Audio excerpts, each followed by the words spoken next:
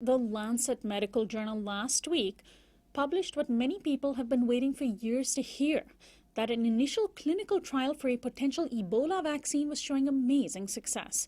The vaccine, which goes by the name RVSV-ZEBOV, was rushed through 3 phases of trials within a year, which is remarkably speedy. It showed a 100% efficacy rate.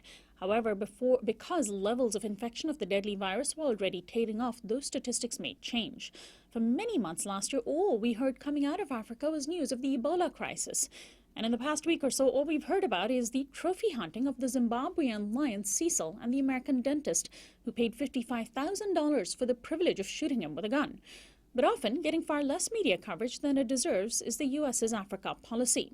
With President Obama recently taking a historic tour of African nations, we turn today to my guest, Emira Woods, to examine U.S. AFRICOM, President Obama's historic speech in Addis Ababa, and more. Emira Woods is the Director of Social Impact at ThoughtWorks. Welcome to Uprising, Emira. Great to be with you. Thanks for having me.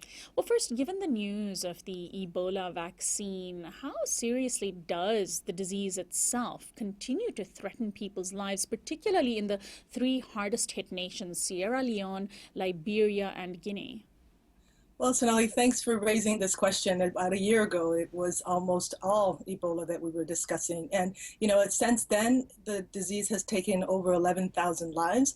But I think the critical issue is that a year after all of that attention, what you still have in those three countries in particular, Liberia, Guinea, and Sierra Leone, is a real lack of attention to what's ultimately going to not only address Ebola, but other, which is strengthening health systems. You have health systems that are still in deplorable conditions, where the facilities are just not in place to have the type of isolation that's needed when facing a contagion like Ebola. So I think it is fundamentally addressing that need of strengthened health systems. It is addressing the need of healthcare workers. Remember, in each of those three countries, over the last year and a half, you have had nurses and other health practitioners going on strike because of poor wages, because of poor working conditions.